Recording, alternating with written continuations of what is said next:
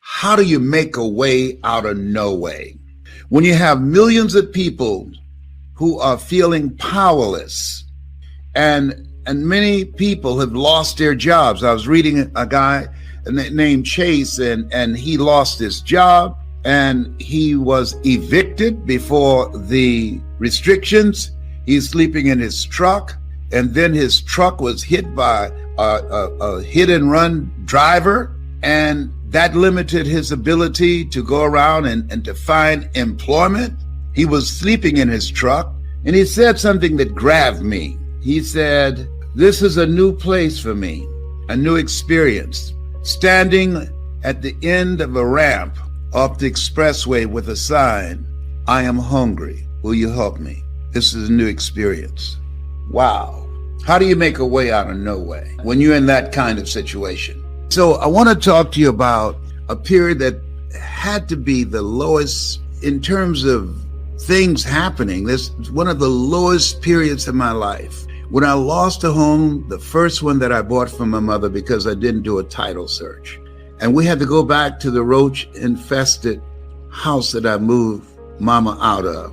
And when you say, well, Les, what do you do? I remember my mother saying, boy, unload that truck, take that furniture in the house, keep your head up, we still have each other. How do you make a way out of no way? I want you to write this down. Choose your hard. Life is hard. And you can choose to stay where you are, and that's hard.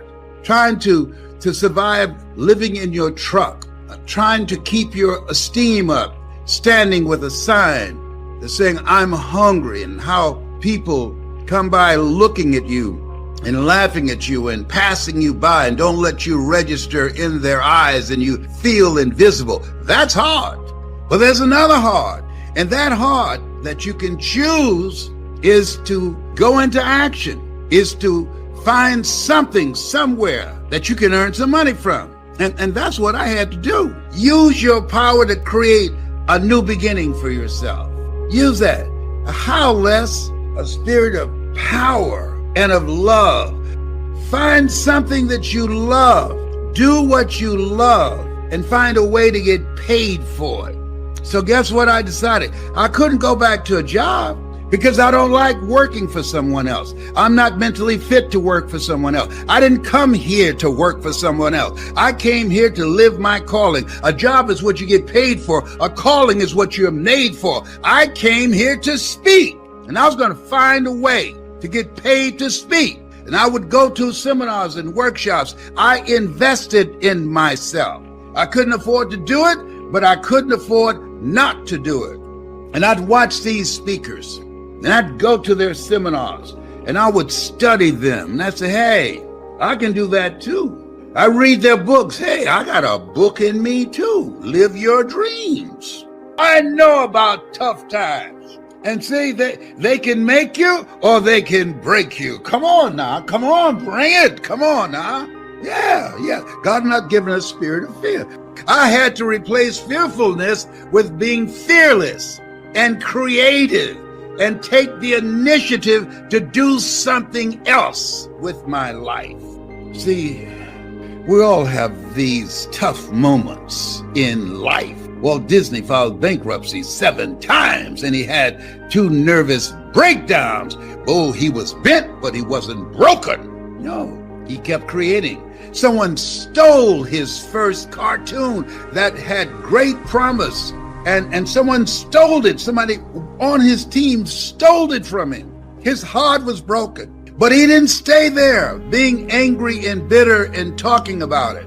He created Mickey Mouse. Had that person not stole his first cartoon, Elmer, Mickey Mouse would not have been born. Many times when one door closes, another door opens, but we many times spend time looking at and talking about the closed door. We don't see the open door. But I must add, he told his family, no matter what you do, file lawsuit after lawsuit and get my first cartoon back. And last year, his family won the lawsuit. And now, that cartoon that was stolen from him, he orchestrated that from the grave. That was a bad boy. family, the Disney family, got it back. Listen, let me share something with you here. You have no idea how strong you are. You're not in this thing life by yourself. And my heart goes out to people who have lost loved ones, or loved ones have been diagnosed with the coronavirus. But one of the things that I know about this thing called life, when I lost the first house that I bought for my mother, I had to, one, recognize what had happened, the role that I played in it, and two, I had to keep it moving. Got to keep it moving. You don't have time to be depressed. You got to keep moving. If you stop, and they say an idle mind is a devil's workshop. Yes.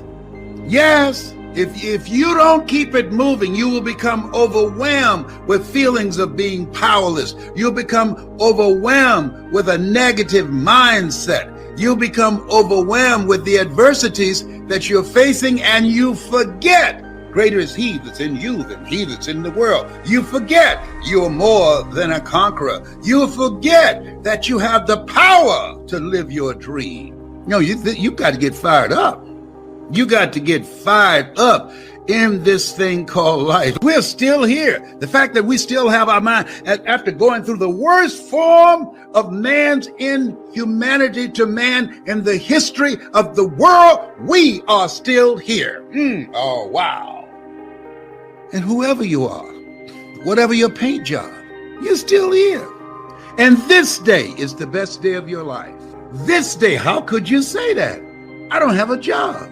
This day, I'm going through foreclosure. I've just been evicted. This day, I'm making a choice between prescription drugs and food and keeping a roof over my head and clothes on my back and keeping our family together. This day, the best day of your life. How could you say that?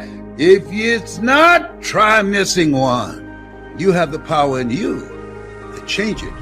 You've been given authority and dominion over everything on the face of the earth. Find a way to win.